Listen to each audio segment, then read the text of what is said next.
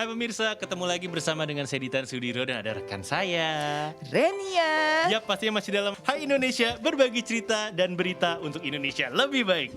Sorry, kita lanjutin cerita kita. Iya. Jadi tadi kita sampai ke namanya time capsule. Time capsule fashion. Iya. Nah tunggu, kapsul ya itu obat buat diminum. Kapsul. Time capsule, ya itu kan biasanya tuh kalau time capsule apalah gitu dia ngebahas tentang perjalanannya dari waktu ke waktu gitu loh maksudnya Dita. Nah ini yang mau kita bahas di segmen yang kedua ini perkembangan fashion. Renia banget ya fashion ya. Hah? Enggak. Iya baju bisa dibolak-balik. Kurang fashion apa coba? Itu Kurang fashion apa? kuda kurang ide berarti itu. Aduh. Itu fashionable banget gitu. Iya. Wah, kreatif sekali. Coba ceritain. Iya gini. Nah kalau zaman dulu nih pemirsa kan ya, pakaian itu fungsinya kan hanya untuk melindungi tubuh manusia dari gigitan binatang buas gitu. Sama biar menghangatkan tubuh. Pada zaman Neolitikum pakaian manusia itu berasal dari kulit kayu dan kulit binatang. Ini kembali kita ngomongin kartun Flintstones ya. Iya, tapi Flintstone kalau digambarin juga masih lebih bagus. Masih lebih fashion ya. Masih lebih fashion. Ada off shouldernya. Ada off shouldernya, terus pakai apa? Dasi. Dia pakai dasi loh, jangan salah. Bener kan? Tapi Flintstone tuh kan ada filmnya ya dalam bentuk manusia kan ya. Ya kan siapa itu yang main aku lupa. Nah kita mau ngomongin tentang perkembangan dunia fashion dari sejak tahun 1920 hingga 1930-an tuh kayak apa. Ini saya belum lahir nih, Renia waktu masih kecil nih. 1920 belum lahir juga ya. Aduh ini baru nenek tuh kali yang lahir. Nah di kisaran tahun ini Indonesia tuh masih di bawah kekuasaan Belanda kan ya Ditan ya. Kita namanya masih Hindia Belanda waktu itu. Iya. Nah saat itu ada beberapa perbedaan tata busana pada orang pribumi dengan orang Belanda. Kebiasaan orang pribumi masih menggunakan kebaya lengkap dengan kain dan selendang yang diselempang. Iya. Itu kebaya Kartini lah istilahnya kalau kita sebut sekarang ini.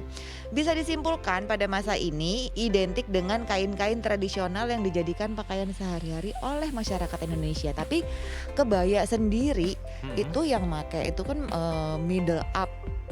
Iya kan, golongan sosial menengah ke atas.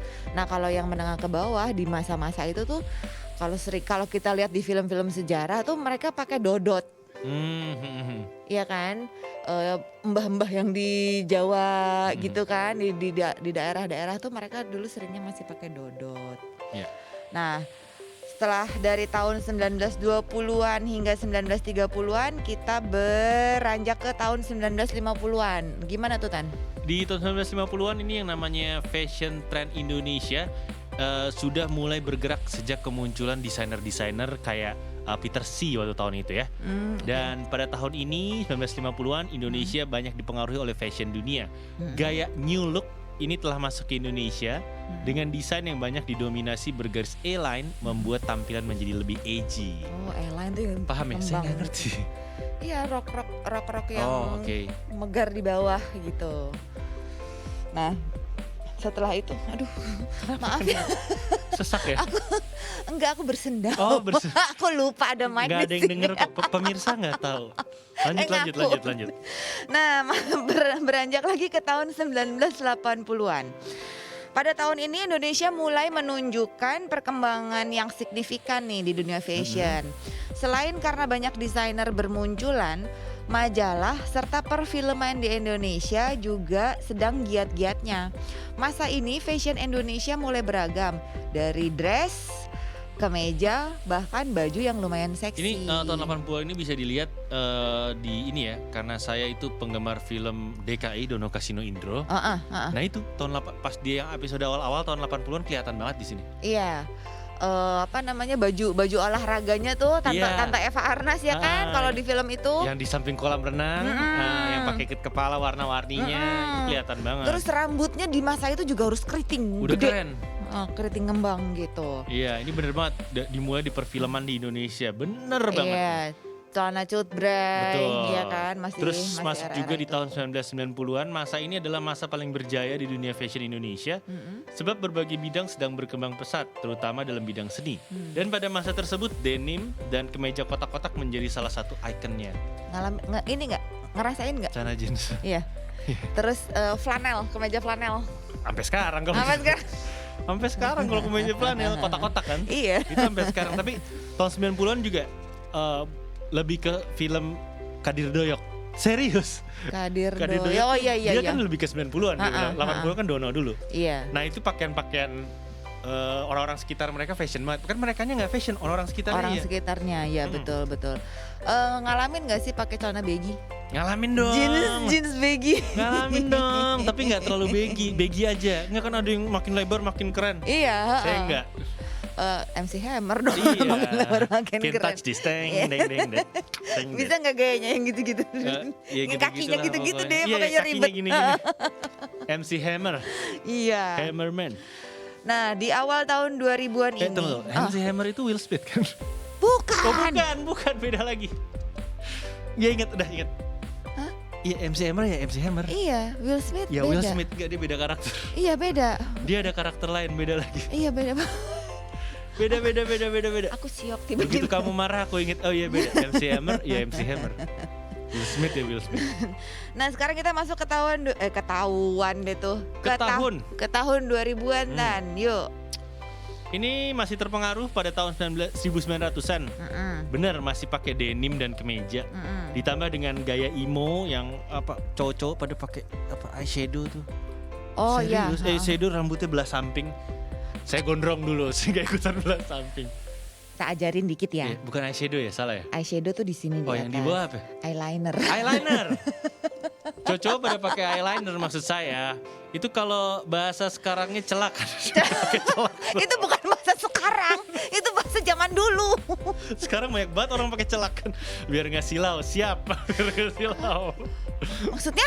Iya katanya biar nggak ini kepanasan matahari. Oh gitu. Katanya, saya nggak pernah. Oh, ntar coba ya di ruang makeup ya. Syuting pernah. Kalau syuting doang pernah. Di make upin kayak apa pernah. Oke. Terus di tahun 2000-an emo dan gothic nih yang Ya. serba hitam-hitam itu ya. Yang dengan emo tuh kan trennya emotion kan, sedih. Iya. Padahal emosi bisa marah juga. Depresi, Oh, depres jadi. anger lebih ke situ ya. Jadi kalau lagi ke mall-mall atau acara pentas seni SMA tuh biasanya cewek-cewek pada make upnya bukan make up kulit putih tapi make up putih biar pucat terus itu Habis diitemin gitu. nggak tahu kerennya di mana sampai sekarang. Takut kalau gue ngelihatnya Sampai sekarang beneran. nggak tau. Iya. Itu sampai di luar negeri pun kayak gitu. Sampai gitu. dan ini sampai sebelum 2010-an 2008-an tuh masih ada yang ya? kayak gitu. Kebayang nggak? Saya pernah jadi keadaannya waktu zaman itu kan belum ada online-onlinean kayak sekarang. Saya harus pindah dari satu titik ke satu titik. Nggak nyampe 1 kilo, nggak ada angkotnya kok. Yaudah saya naik angkot aja deh, nggak mau pusing. Tapi dari keadaan make up cowok lagi ya. Udah nih satu. Terus masuk di angkot kecil. Saya duduk depan saya ada cewek emo, males. Kita nggak temenan, tapi dulu make upan. Oh gitu. Iya kayaknya saya sama dia janjian sama-sama make upan sama. Aduh ini gimana nunduk. Iya cuman kalau itu ini di Indonesia ya. Indonesia. Di luar negeri tuh juga lebih ekstrim kayaknya dari di kita karena iya. kalau mereka tuh sampai ke aksesorisnya pun Ya. semua serba hitam. Mereka sampai ke tindik-tindikannya Iya. juga dijabanin sama mereka. Kalung joker, terus kuteksnya pun hitam. Paham bener ya. Kan filmnya di film-film kan juga banyak. Kalau kuteks di mall-mall kita juga ikutan cowok. Oh ya, oh gitu. Aku sih belum pernah ketemu. Kamu bergaulnya di mana sih gitu? Aku serius deh, aku belum pernah lihat. Zaman dulu mall di Senayan cuma satu. Ya udah di situ. Serius Le? Di situ zaman dulu di mall di Senayan ada tempat bowlingnya di atas. Nah, dekat-dekat situ tuh. Kok ya pas aku kesana nggak pernah ketemu. Kamu Beda main di hari jam, apa? beda jam. Mainnya di hari apa kamu? Beda jam. Kalau kamu tuh malam minggu, kamu kan malam-malamnya mojok lah ya sama pacar kamu yang waktu itu kan. Ih. Nah, saya muter zaman dulu. Oh gitu. Di situ. Oh, I Di Senayan tuh see. zaman dulu. Terus Senayan tuh kebagi gengnya. Zaman dulu kan masih ada tuh trek-trekan. Ada Senayan Breakers tuh. Oh gitu. Breakdance. Oh iya, Tapi breakers, bukan emo dan Oh gitu. ya terserah lah. Namanya juga masih muda ya terserah deh. Oh iya, ya jadi pemirsa bisa disimpulkan lah saya sama Ditan tuh beda angkatan. Jadi dia ngomong apa saya, serius? Masa sih gitu? Iya. Kalau zaman Renia kan geng satu, semua ikutan. Iya kan, semua sama, cuman beda tempat, cuman pergaulannya sama. Iya. Iya kan, parkir timur Senayan lagi kan zaman dulu. Enggak sih, aku lebih anak PIM. Asik. PIM, kok nyasarnya ke selatan? PIM ya. Mainnya lebih sering di PIM. Itu PIM zaman masih ada ini, belum ada PIM 2. Belum. Zaman kalau janjian mau nggak mau harus deket tempat dingdong karena ada telepon di situ, telepon kartu. Iya benar. Udah nyampe nih. Masih ada Regal Cafe saat itu. Iseng telepon ke rumah gitu kan. Halo, ininya ada, udah nggak ada, berarti udah berangkat. Udah tinggal tunggu. Dulu kan bawa handphone. Dulu kan sempat ada seriesnya kan, PIM. Bukan PIM, Pondok Indah. Pondok Indah ya? Ada iya. Cantik-cantik Ersa Mayuri. Nah, Wulan Guritno. Cantik-cantik semua itu. Yang main waktu itu. Lagi hits-hitsnya Beverly Hills di luar, di sini Pondok Indah. Kita balik lagi ke fashion. Oh iya, kita belum selesai ya. Tahun 2010-an, silakan Dania. Nah, pada tahun 2010-an di masa ini fashion trend meningkat sangat drastis. Berbagai inovasi bermunculan, begitu pula dengan brand, terutama lokal brand milik Indonesia. Fashion tidak lagi dipandang sebagai sesuatu yang tidak menjanjikan di masa sekarang, justru sebaliknya. Ya, jadi di tahun sebenarnya awalnya banget sih tahun 2006-an. Itu bersamaan dengan banyak banget musisi-musisi Indonesia ngeluarin album. Zaman dulu kan tahun 2006 banyak musisi Indonesia tuh, kalau yang saya maksud tuh kalau kamu inget Raja, ST12, Wali. Oh itu mereka 2000-an ya? 2006-an. Oke. Nah maksudnya dengan keluar album mereka kan heboh banget tuh permusikan Indonesia. Berarti kalau manggung butuh baju. Akhirnya tuh waktu itu ada label-label lah, banyak label-label yang dalam satu hari kita banyak nonton presenter pakai baju itu. Contoh saya waktu itu. Waktu itu ada satu label baju, itu namanya Skaters. Saya udah gak tahu sekarang tuh label kemana. Tapi dia zaman itu menguasai pasar fashion kaos di anak-anak muda band. Oh. Namanya Skaters. Wah waktu itu brandnya gila banget. Belum dipalsuin. Baju itu baru dipalsuin 2010-an lah, baru dipalsuin.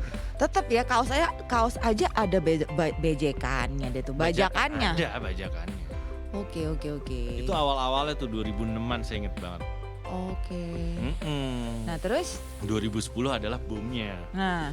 Oke, ini ngebahas dikit mengenai fashion. Ini saya mau membahas mengenai majalah Vogue. Vogue merupakan salah satu majalah mode dan gaya hidup yang berbasis di Amerika.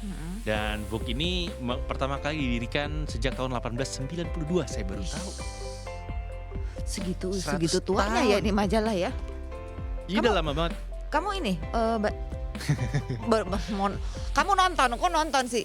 Baca? Enggak lah, nggak ngerti. Tapi kok afdol banget sih Vogue gitu? Nggak ngerti, saya cuma baca ini kalau harus baca aja. Contoh lagi di toilet nggak ada bacaan, ya udah. Oh, kirain kalau contoh lagi di salon, enggak ya? Oh pernah. No, seriously pernah.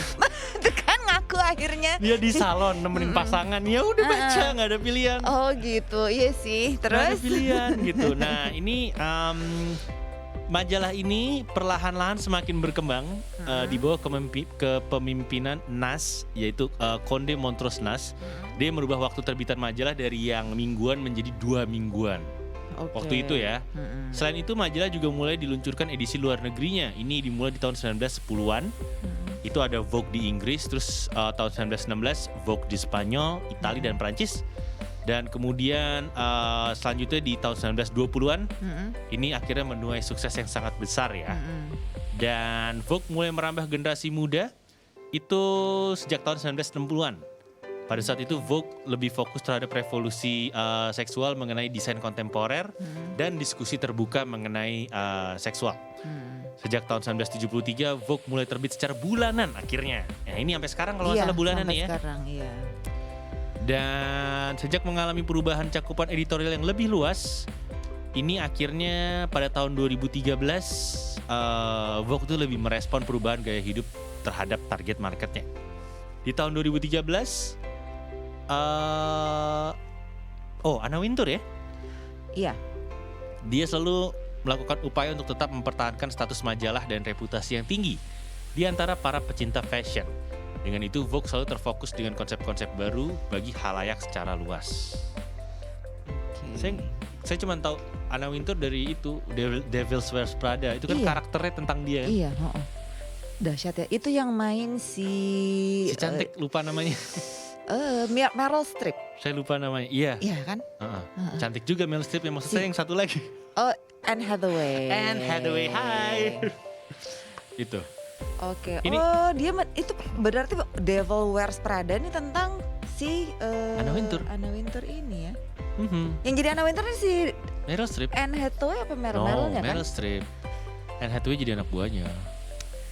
Itu tragis banget sih ceritanya di situ. Yep. Jadi kehadiran Wintour di suatu peragaan busana juga memberikan reputasi yang baik terhadap majalah. Mm-mm. Pada tahun 2003 dia juga tergabung pada Council of Fashion Designer of Amerika untuk menggalang dana untuk pelatihan bagi desainer-desainer baru yang berbakat. Hmm. Wow, dengan hal ini membangun loyalitas bagi seluruh desainer baru, iyalah, tentu saja. Dan saat ini Vogue telah beredar lebih di 20 negara di dunia seperti Inggris, Prancis, Brazil, China, Korea, Portugal, dan beberapa negara lainnya. Itu kalau masuk majalah Vogue tuh udah pasti brand-brand ternama dunia lah ya. Iya. Apapun itu secara umurnya udah tua banget. Iya, itu udah pasti sih. Tapi kalau ngomongin tentang Anna Wintour tuh dia juga dijadiin tokoh kartun, kamu tahu? Ada beberapa kartun Enggak. yang tokohnya tuh diambil dari dia. Saya lupa judulnya. Tapi ada beberapa tokoh kartun yang bentukannya diambil dari dia, rambutnya, apanya tuh dari dia. Itu ada juga, gitu. Nah, ini ada Baru lagi. tahu tuh kalau mamanya sampai dijadiin. Ada tokoh kartun dibikin rambutnya segini nih. Serius rambutnya segini, terus panjang, sampai kacamata. Itu yang kamu maksud Dora the Explorer. Bukan, serius. Ada tokoh kartun bukan Disney, Siapa sih? Pixar ada lah. Oh. Saya lupa nama tokohnya tapi itu ada. Terinspirasi oleh Anna Wintour. Oh, terinspirasi dari dia, terbentuklah karakter itu. Bentar nih ya, coba ya saya cari ya. Anna Wintour kartun. Ini sebelum kita lompat ke prediksi fashion 2021, 2022. Saya mau ngasih lihat kartun Oke. Nih, siapa namanya dia ya? Edna Mode. Edna Mode nih karakter kartun. Saya lupa nama kartunnya. Enggak tuh, aku mungkin aku bukan penggemar kartun Oh ya, jadi. sayang sekali. Aku suka penggemar kartun. Aku udah gede masih nonton kartun. Iya. Ada, jadi dia digambarin sebagai Edna Mode namanya. Ini adalah karakter kartun yang ada di film itu dia, saya lupa. Nih. The Incredibles. Pixar, bener. Ya, aku agak kurang membaur dengan dunia ini. Tadi Iya. ceritain dan Pokoknya Dilan, intinya singkatnya. Edna Mode ini merancang pakaian superhero. Jadi The Incredibles itu cerita tentang keluarga superhero yang bapaknya punya kekuatan super apa, ibunya punya kekuatan super apa. Nah, Edna Mode ini yang merancang pakaian si superhero itu. Oh gitu. Ceritanya dan bentuknya kayak Anna Wintour banget emang. Anna Wintour kan rambutnya agak bondol Nih, udah nih. gitu begitu kalau Nih, di Devil's Wears Prada. Nih. There you go. Oh, dia aslinya itu. Nah, ini aslinya. Oke. Ini kartunnya. Edna Mode. Tinggal di Google aja. Oke. Oke ya? Iya. Oke, next nih tentang prediksi tren fashion 2021 dan 2022. Ini udah terlihat. Iya, orang sekarang udah pertengahan 2021. Iya. 4 tema unik ini jadi jawabannya. Jadi ini ada beberapa tema yang jadi jawaban untuk fashion selanjutnya. Oke, saya agak keribetan ya. Gak ngerti fashion soalnya, jadi bingung. Oke, yang pertama ada tema essentiality. Digambarkan fashion yang mengangkat perihal perubahan aktivitas hidup kelompok urban dengan dominasi kegiatan di sekitar lingkungan rumah. Ini berkaitan dengan pandemi nih. Jadi kegiatan di sekitar rumah itu dimaksud bekerja WFH atau SFH, School from Home. Nah, SFH, iya itu iya. benar.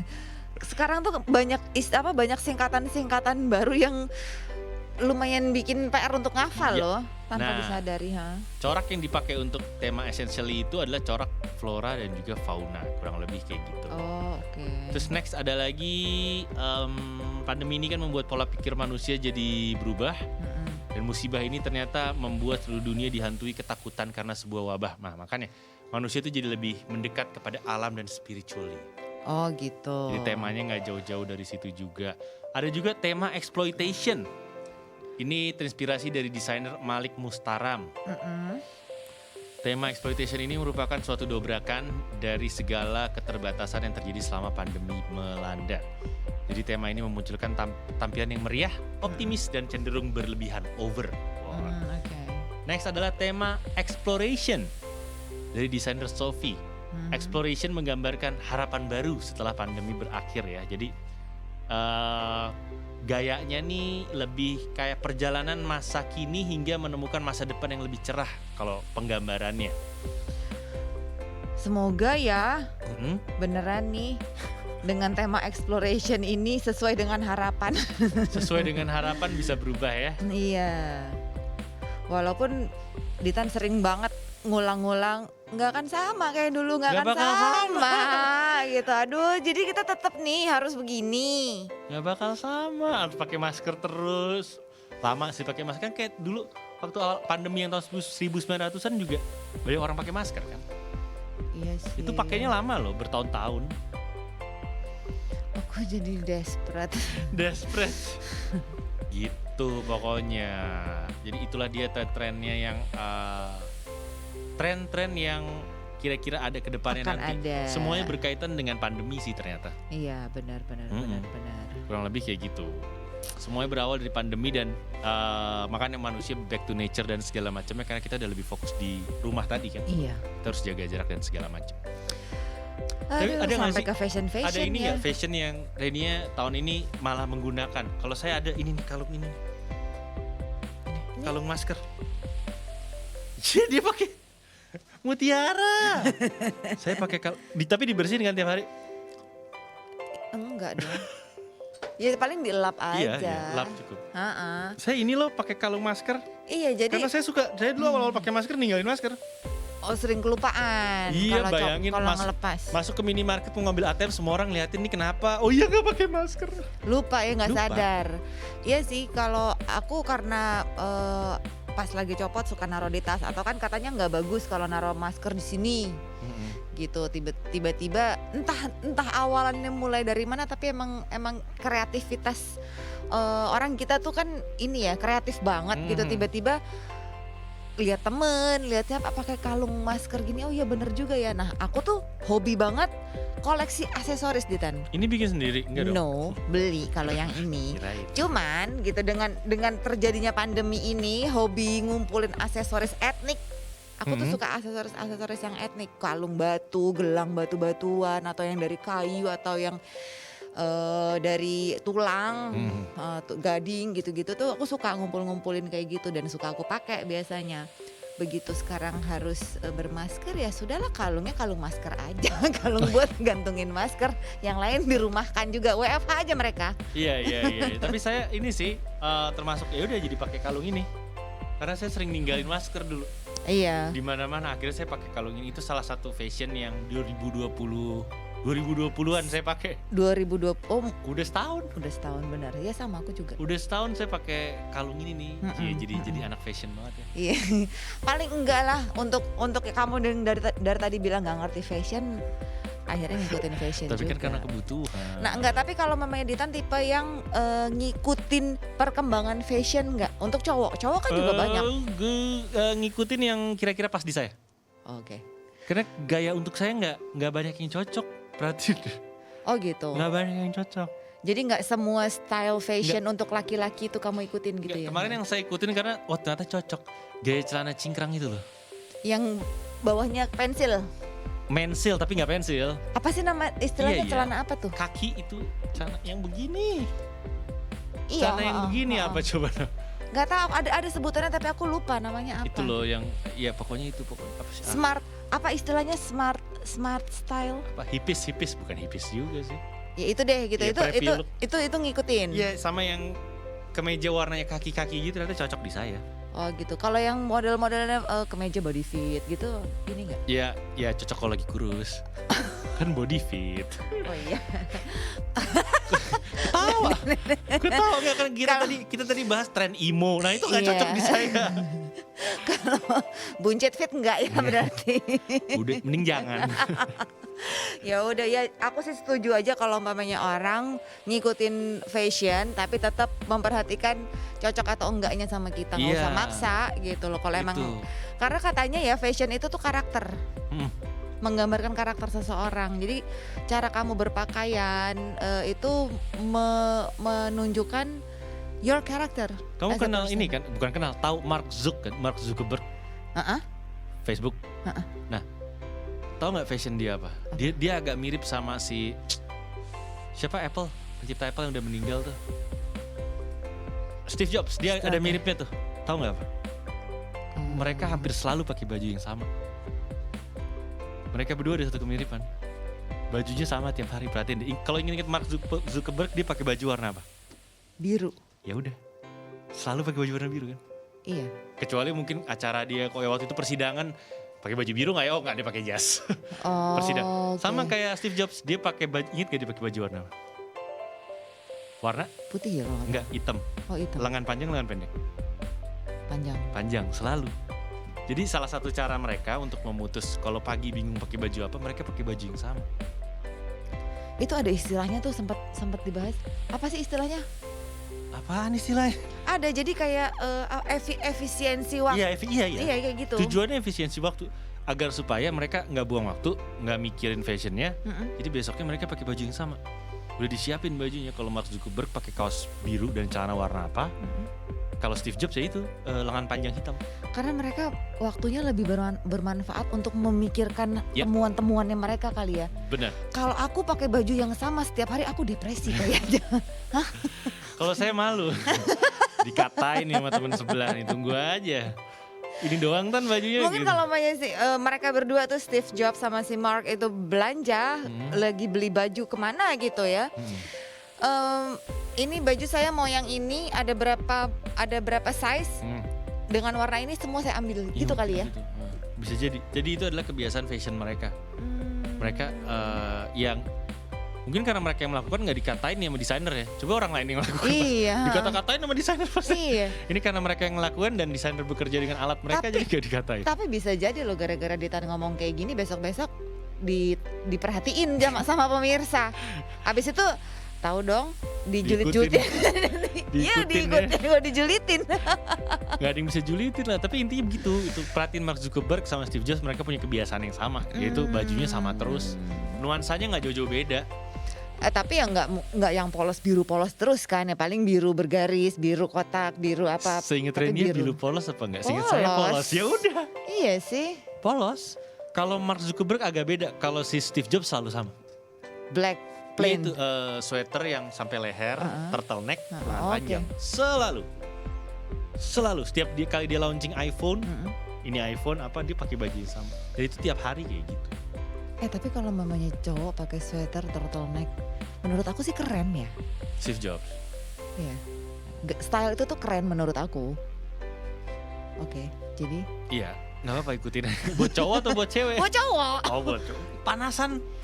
Iya, dia kan tinggalnya nggak di Indonesia. Bener juga. Iya, tinggalnya dia nggak ketemu musim kemarau. Ada sih musim panas, tapi cuma sebentar. Iya. Dan gaya fashion kayak gitu tuh salah. Emang kalau bapak mungkin ada kesamaan ya. Tadi kan Mark Zuckerberg, terus Steve Jobs. Ada lagi yang suka pakai kemeja putih siapa? Pak Jokowi. Lah iya. Dia khas banget Iya, kan? bener. Dia kan khas banget. Dulu kan kotak-kotak, terus dia jadi presiden putih aja udah. Iya. Nggak selalu sih, cuman sering dia pakai kemeja putih. Ya mungkin beliau juga mau mengefisiensikan waktunya. Siapa tahu ya, kita nggak Iya. tahu kan, siapa tahu. Iya, benar. Kan maksudnya biar lebih merakyat karena semua rakyat punya kemeja putih. Ya mungkin, cuman Iya. jadinya kan sama terus. Bedanya bolpennya aja kalau diperhatiin. Iya, lebih santai aja gitu, casual juga. Itu ciri khas. Kalau Reni ada nggak ini baju sendiri? Apa ciri khas baju sendiri? Pakai ini ini Renia banget. Style sih kalau aku lebih lebih ke style ya? style. Etnik. Oke. Sukanya yang etnik-etnik. Kalau saya ya gitu sehari-hari lah, sama sering lihat kan Ah, bajunya iya. itu aja. Heeh. Jatuhnya ke style ya. Iya, betul. Oke deh pemirsa, kita bakal balik lagi abis ini. Kita masih ada pembahasan yang seru. Ini mengenai planetarium terbesar di dunia. Dulu saya planetarium tuh itu doang, Taman Ismail Marzuki dulu. Planetarium tuh Ada. adanya bukannya di Tim. Bandung ya? Tim juga ada. Di Enak Bandung. tahu. Di Bandung tuh apa? Oh Boscha itu, Oh, Boscha. yang buat ngelihat. Oh iya. Hmm. Oh iya betul. Oke, kita bakal bahas habis yang satu ini. Tentang oleng. Oke, ya udah nanti kita berdua akan kembali lagi di Hai Indonesia. berbagi cerita dan berita hanya di Mata Milenial Indonesia TV, matanya Matanya Indonesia. Indonesia.